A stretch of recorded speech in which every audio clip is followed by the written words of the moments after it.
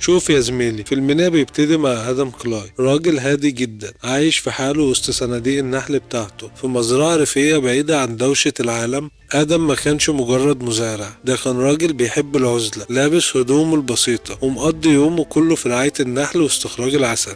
كان مأجر مكان صغير عند ست عجوزة قلبها أبيض زي اللبن اسمها لويس. الست دي كانت هي الأمان والبركة في حياة آدم، وكانت بتعامله كأنه ابنها اللي ما خلفتهوش، وهو كان بيشيلها من على الأرض شيء وبيعتبرها عيلته الوحيدة اللي فضلاله. الدنيا كانت ماشية زي السكينة في الحلاوة، لحد ما في يوم الشيطان مد إيده في بيت الست الطيبة دي وشقلب كيانها كله.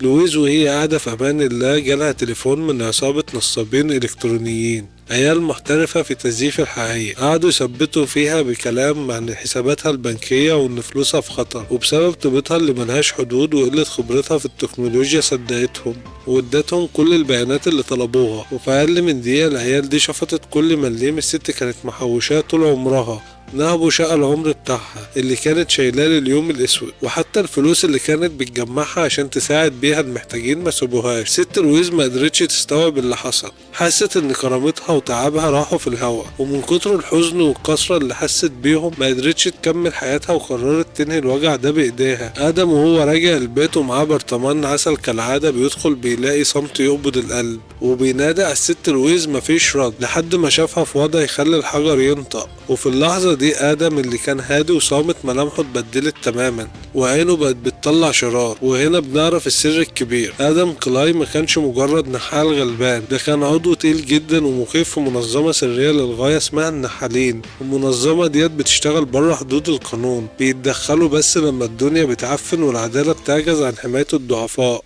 آدم كان حامل حمى اللي قرر يعتزل ويعيش في سلام، بس اللي حصل للويس خلاه يفتح الصندوق القديم ويرجع النحال اللي جواه من تاني عشان يطهر الخلية من الدبابير اللي سكنتها. ما استناش آدم تحقيقات ولا ورق، هو عارف طريقه كويس جدا، بمهاراته القديمة واتصالاته قدر يوصل لمكان الشركة اللي نصبت على جارته، وعارف انهم شوية شباب سيس فاكرين ان نفوذهم وفلوسهم هتحميهم من الحساب. آدم راح لمقر الشركة في ناطحة سحاب وهو شايل جيركن بنزين، وببرود أعصاب يخلي الدم يتجمد في العروق. الحراس حاولوا يعملوا فيها رجالة ويوقفوه، بس آدم بلمحات سريعة وحركات معلمين كان مفرتك عظمهم ومرقدهم في الأرض من غير ما ينهج. حتى دخل المبنى والموظفين النصابين بيجروا وبيصوتوا، وهو بكل ثبات كب البنزين في كل ركن وبكل هدوء ولع عود كبريت وقال جملة واحدة ترن في الودان: أنا هنا عشان أحرق الخلية اللي فسدت. وفجأة المكان كله بقى كتلة نار وبقت ليلة حمراء على دماغهم، والرسالة وصلت لراس الأفعى الكبيرة: آدم ما حرقش مجرد مكتب، ده بدأ حرب تطهير، والدم هيكون هو الثمن الوحيد لكل قرش اتسرق من الست الغلبانة دي. الحكاية بدأت يا سيدي، والكل عرف إن البعبع رجع تاني للخدمة، والحساب المرة دي ملوش سقف ولا ليه حدود. آدم أعلن الحرب،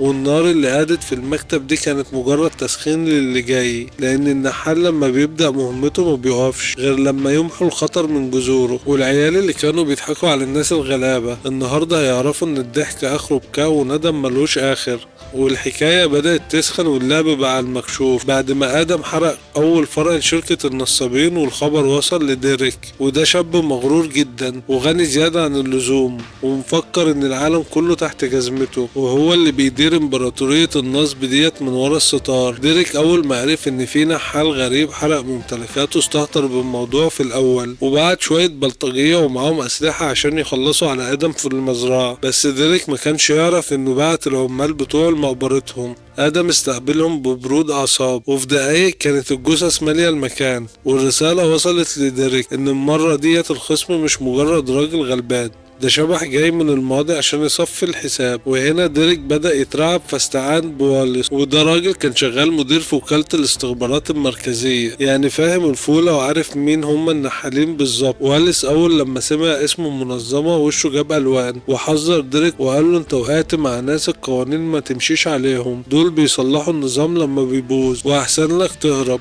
بس ديريك بسبب نفوذ والدته اللي بتشغل منصب رئيسة الولايات المتحدة رفض يقتنع بالفكرة، وافتكر ان الحرس السري والقوات الخاصة هيقدروا يحموه. من غضب آدم كلاي، آدم في الوقت ده كان شغال زي الساعة بيتحرك من مكان لمكان بيقطع كل خيوط التمويل والنفوذ اللي ديريك بيعتمد عليها، واي حد بيقف في طريقه كان بيتمسح من على وش الارض في ثواني. الموضوع كبر ووصل لمواجهة مباشرة في قصر فخم جدا. ادم قرر انه مش هيهدى غير لما يوصل لراس الافعى.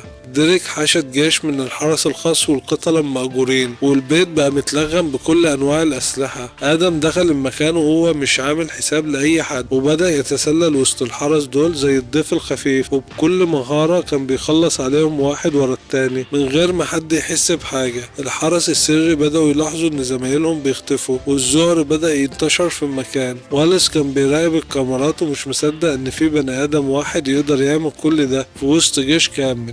وبدأ يدرك إن النهاية قربت، وإن النحال ما بيسيبش مهمته غير وهي متنفذة على أكمل وجه. وفي وسط المعمعة دي بنشوف الصراع النفسي اللي عند بنت الست لويز اللي هي عميلة FBI، وهي مطاردة بين واجبها المهني اللي بيفرض عليها تقبض على آدم كلاي على أساس إن هو خارج عن القانون، وبين قلبها اللي بيقولها إن آدم دوت هو الوحيد اللي جاب حق والدتها اللي الدولة معرفتش تجيبه. كانت ماشية وراه خطوة بخطوة، كل ما تقرب منه تلاقي جثث المجرمين في طريقها، وتحس انها في دوامة مش عارفة تخرج منها. ادم وصل لمرحلة انه بقى على بعد خطوات من اوضة ديريك، وكل ما حد يحاول يوقفه ادم كان بيديهم دروس في القتال اليدوي واستخدام اي حاجة حواليه كأداة للقتل، لدرجة انه استخدم ادوات المطبخ والزجاج عشان يفتح طريقه وسط الرصاص اللي كان مالي المكان. ديريك كان مستخبي في اوضة محصنة وعمال يصرخ في التليفون ويطلب حماية اكبر. هو مش مصدق ان نحال بسيط قدر يوصل لاكتر مكان مؤمن في الدولة. آدم ما كانش بيهمه الحيطان الخرسانية ولا الأبواب المصفحة، هو كان عنده هدف واحد بس، وهو تطهير الخلية. الجو كان مشحون جدا وصوت ضرب النار والانفجارات كان مسموع من على بعد أميال. آدم كان بيمثل العدالة اللي ما بتظلمش، بس عدالة دموية وعنيفة، والكل كان حابس أنفاسه مستني اللحظة اللي آدم هيواجه فيها ديريك. الحكاية وصلت لمرحلة اللا عودة، والكل عرف إن الليلة دي مش هتعدي غير لما دم الغدر يتغسل بدم العقاب. وآدم كلاي كان هو الشخص اللي شايل السيف واللي هيحسم كل دوت في الاخر. وهنا جت اللحظة اللي ما فيهاش تراجع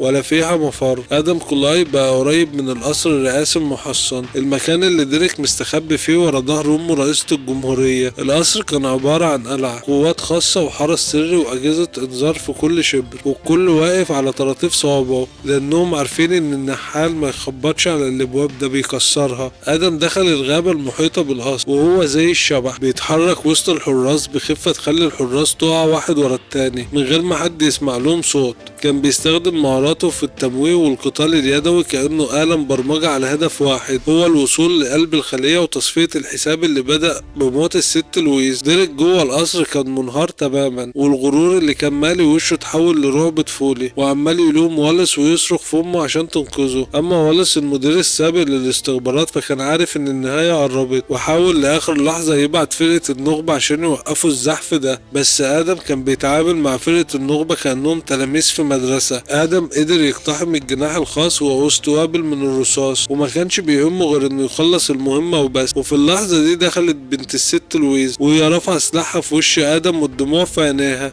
كانت في صراع بين القانون اللي بتمثله وبين الحق اللي آدم بيجيبه، وبتقول له كفاية يا آدم، سيب القانون ياخد مجراه. بس آدم بصلها بنظرة كلها ثبات، وقصادها ديريك اللي كان بيحاول يهرب ويستخبى ورا أمه الرئيسة. آدم ما كانش عنده وقت للكلام، هو شاف ديريك والدم خلاص بيغلي في عروقه. ديريك في لحظة جبن حاول يساوم آدم بالفلوس والسلطة، وحتى أمه حاولت تتدخل بصفتها رئيسة الدولة، بس آدم رد عليها بجملة واحدة زلزلت المكان: لما الملكة بتفسد الخلية مفيش حل غير إننا نتخلص منها ومن نسلها عشان النظام يرجع سليم. وفي حركة أسرع من البرق رغم كل التحصينات والحرس اللي حواليه، آدم نفذ حكم الإعدام في ديريك. ما كانش انتقام شخصي، بس ده كان تطهير لكل القذارة اللي ديريك كان بيمثلها. الرصاصة اللي خرجت كانت هي كلمة النهاية في قصة الظلم اللي عاشتها الست الغلبانة وكل الناس اللي ديريك سرق أحلامهم. بعد ما المهمة خلصت القصر كله بقى في حالة من الذهول. آدم ما حاولش يهرب زي المجرمين، بس نط من الشباك اللي بيبص على الشاطئ واختفى في لمح البصر. زي ما ظهر في اول الفيلم. قوات الامن مشطت المكان كله، ما لقوش غير بدلة الغطس بتاعته مرمية على الرمل. وادم كلاي رجع تاني لظله، رجع يكون النحال اللي ملوش عنوان ولا ملامح. بنت لويز وقفت تتفرج على البحر وهي عارفة ان العدالة اتحققت، بس بطريقة الدولة ما كانتش تقدر تعملها. ادم رجع تاني لرسالته الاساسية، وهي حماية النظام لما يفسد، والحفاظ على حقوق الغلابة اللي ملهمش ظهر يحميهم. فيلمنا بينتهي وادم كلاي ماشي في طريقه راجع تاني لهدوءه ولصناديق النحل بتاعته، بس العالم كله عارف ان في عين سهرة ما بتنامش، وان اي حد هيفكر يدوس على طرف ست غلبانة او يسرق شقة عمر حد النحالة هيكون مستنيه في الضلمة. الحكاية خلصت بدرس قاسي لكل ظالم. العدالة ممكن تتأخر وممكن القانون يعجز، بس الحق ما بيضيعش طالما ورانا حال ما بيعرفش الرحمة مع اللي خانوا الأمانة. وبكده تكون الخلية نطفت والنظام رجع لهيبته، وآدم كلاي فضل هو الشبح اللي بيحمي الغلابة من بعيد لبعيد.